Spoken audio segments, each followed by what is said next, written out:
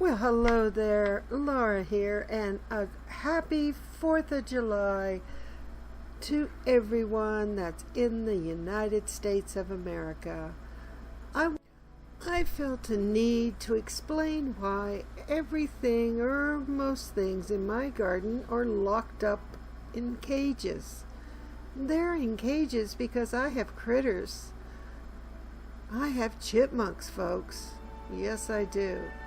I've had strawberries in my garden for 4 years, but this year I was determined to try my very best and actually harvest and taste a strawberry for myself. It was a battle of gardener versus the chipmunk. I harvested 1 strawberry this morning, and I have a lot more in my container. Tomorrow 1 should be ready, but this was this morning. It's not big. It's nothing to write home about. It will never, ever win the blue ribbon. But I can tell you folks, this was the very first strawberry that I got to taste, and the chipmunk did not. I cannot tell you how happy that made me feel. And I looked around my garden and I thought, sometimes it's just the simplest, silliest things that if we take a moment to cherish, it means a lot. And it also lightens your spirit. And boy, was this strawberry tasty. I cannot tell you how good it was. Oh, I can't wait for tomorrow to get that other one off of my vine. Look at that. Oh, my heavens. This was heaven in each and every bite. So if you're growing strawberries this year, take a moment, a slow molasses type moment, and cherish each and every bite of that strawberry. Close your eyes if you need to. Feel the warmth from the sun on that berry. Feel the sweetness on your taste buds as you taste it. And enjoy nature, because there are good things out there. Chipmunks aren't the worst thing around. There's wonderful hummingbirds and bees and flowers and so many things that we need the critters for. We need pollinators.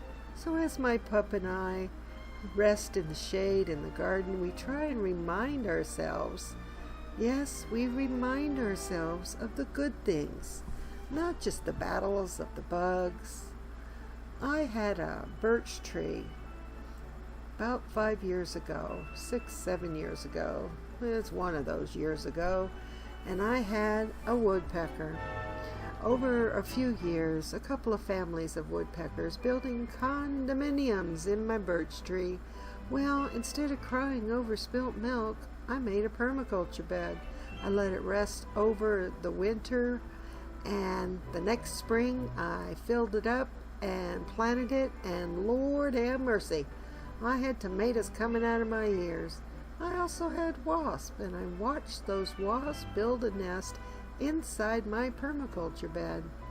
I had netting to try and keep the critters off of my tomatoes and my beans, but I sat there in the chair and I watched these wasps go back and forth from the hole in my permaculture bed.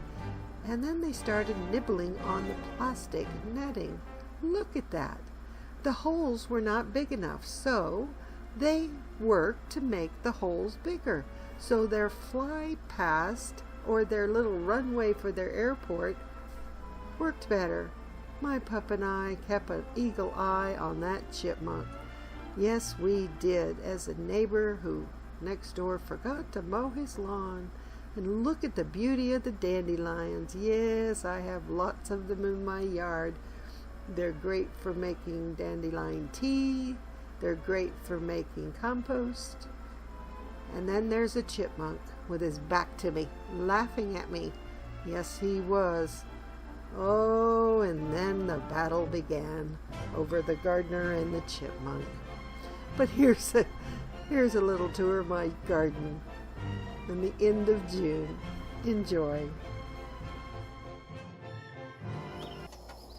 It has been in the high 90s. My pup and I are walking mighty slowly. Welcome to Food Time and Garden. Yes, this is the walkthrough for my end of June tour, so to speak, of what's out there. My pup always looks back to make sure I'm there. She's about 98, maybe 99 years old in human years. Yes, she is. So she's having a very difficult time. And I would imagine I don't have that many more seasons with her, so I will cherish every single moment. Her hearing's going, her eyesight's sort of going. She could still see. Her nose is working just fine. But she has a few issues, and she has medicine for her joints and whatnot. Well, just like the rest of us that get up in age, you know. We need to move a little slower, and when it's hot, yeah, we need to mosey. Yeah, that's what I like to call it. As I look through my garden for the end of June, I look at the differences that I've had from year to year. Hey Ryan, the comfrey. Yes, the comfrey's back. I was a little worried there for a bit that it wasn't going to come back. We came out of winter and went hot, and then went cold, and then went snow, and then went hail, and yada yada yada. But now everything seems to be okay. She's already done her business, and she's coming back, waiting for me. Yes, she is. She doesn't mess around in this heat like I do. I have yet to water, so I thought I would take a few pictures of my squash. I have squash all over. I have it in my homemade garden truck that I built, and I designed mine a little differently than the ones you can buy. Mine looks square, but it's actually angled on the inside. But I have it in a giant pot. I have some in my old permaculture bed that I've been dismantling. I've been working on the honeysuckle bush to get it back into control, trimming it down, but it's just been too hot lately, and my hands, oh my hands, I need some of that medicine my dog has. It seems to help her joints. Oh yeah, but my hands have been giving me a very hard time lately. Well, I guess when you work, as my grandpa used to say, you work like a horse. Yeah, you might pay for it when you get up in age a wee bit. Yes, my 60s. Oh, hello to my 60s. I never know from morning to morning whether it be my hands or my knees. But my permaculture bed, if you see the sticks and the netting and whatnot, most of that is from my neighbors to protect my bed and my newly planted seedling plants a while ago from the falling branches from my neighbor's tree to the left of me. Because the tree leans over and it hangs over completely over my permaculture bed now. And a lot of the tiny branches, if we have any kind of wind, will break off and fall right straight down. And then it'll snap my plants in my permaculture bed. So I made a few teepees and some netting just to go around, just to protect it a bit from little tiny falling tiny branches. It's not going to protect it from anything big, but from the smaller ones, which is more or less what I get, it protects them okay. My honey nut squash is doing fantastic so far. I'm very pleased. It's starting to walk across the permaculture bed. So far, upon inspection, there haven't been any slugs or snails. Knock on wood. Hope I don't get any like I have on my rutabaga. But I have some more squash seedlings, and we'll see how they do. So if they take out one plant, there's another plant coming up behind it. My asparagus. Oh, I put my tomato cage on my asparagus this year, and I'm so glad I did. It's so much taller than what I had been using before. So now I can corral Cousin It.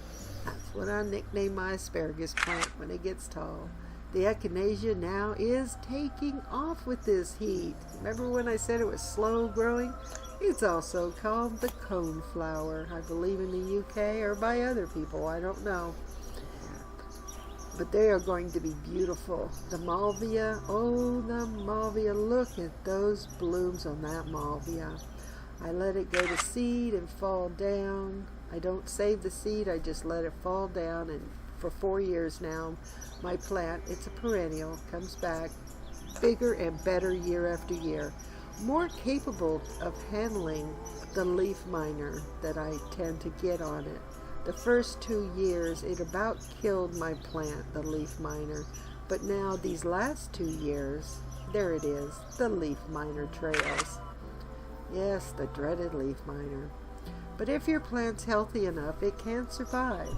I add some nice homemade compost every spring to my bed here just before the plant sprouts again.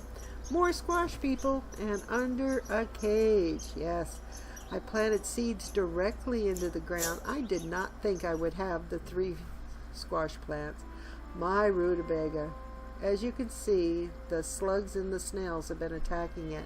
But also to the left, you'll see that the leaves are making a comeback, so it might survive. I might actually get something from that. I've noticed I have a bit of a termite problem. Flying ants, yeah, about the size of a 747. My pup, waiting for me to arrive up at the top of the stairs, looking at me as much to say, do I know you? Some days she has moments, you know, I suppose we all will at any given time as we age. She looks at me like sometimes she doesn't quite know who I am. Or maybe she's just having a bad eye day, I don't know. But my bonsai tree is doing nicely. I actually started with a maple. That branch is a maple branch. But that's not a maple coming out. I don't know what that is. A bird dropped a tree seed down in there. So I have some cedar trees in my bonsai plant and whatever that other tree plant is. My eggplant is going to town. It's loving this heat. And my garden trug, yep, it's in a cage as well. And I put my butternut squash in the brown container alongside of my garden trug so it can climb up, and I'm training it to go up. My chives, oh, my chives are doing beautifully, and I've added some store-bought green onion cuttings into the pot. I added a few spinach seeds a couple weeks ago to my carrots in the styrofoam, and my perennial oregano is beautiful. Oh my goodness. I am definitely bringing some of this in the fall. But my butternut squash, look at that. Isn't that a beauty? My bush beans are happy, and they're starting to get full of beans. My tomatoes are beginning to set. I have a lace curtain, actually, if you see there on the left, covering a tote. And I also have one covering my tomato bed, so the difference in the heat just doesn't burn everything up, and I wind up with dropping of flowers. I had to cut a big branch off of my cedar tree. It was encroaching over into my neighbor next door yard. He didn't seem to mind, but he kept having to duck every time he mowed the lawn. And so I lassoed it with a rope, cut it off with elongated handsaw, and stripped it immediately. Because did you know if you take a cedar branch that's been cut, and if you within, let's say 10 minutes, start stripping it, it peels like a banana? Yeah. If you wait an hour, no, it doesn't. No. Now this, I thought I had the camera turned off, but obviously I didn't. So I don't know what on earth I was doing while the camera was still running. You know, when it's sunny outside, you can't tell when you push that screen on your cell phone whether you got it on or off. Well, obviously I didn't have it off. And I was going to go around, and I was probably looking at the strawberries. I have those in a cage as well in front of my malvia flowers. But it's the white planter box has an open bottom, which the chipmunks tunnel underneath the box from underneath the ground, and they come up through, and they come up inside the cage, and then they just go back down their tunnel and have their dessert or their strawberry shortcake, whatever they do with those strawberries. But they've been enjoying them. I'd put the cage up there just for the, if they want them, they're going to have to work for them. The ones on the deck, however, those were mine. I was determined, and I got a strawberry, as you noticed. You witnessed it, folks. Yes, you did. So I just don't know how the rest of this summer is going to go. I do know, however, I will get a few more strawberries, and for that I'm going to be completely grateful. Everything else seems to be growing. Have you noticed that the bugs are bigger for some reason? The wasps are bigger, the hornets are bigger. They're just humongous. It's amazing. I wonder if it has to do with all this lockdown. I just don't know. But anyhow, I hope you've enjoyed this little end of June tour. Thank you so much for taking the time to come over to my channel and sit a spell with me and have a look what's inside my garden. Take care now.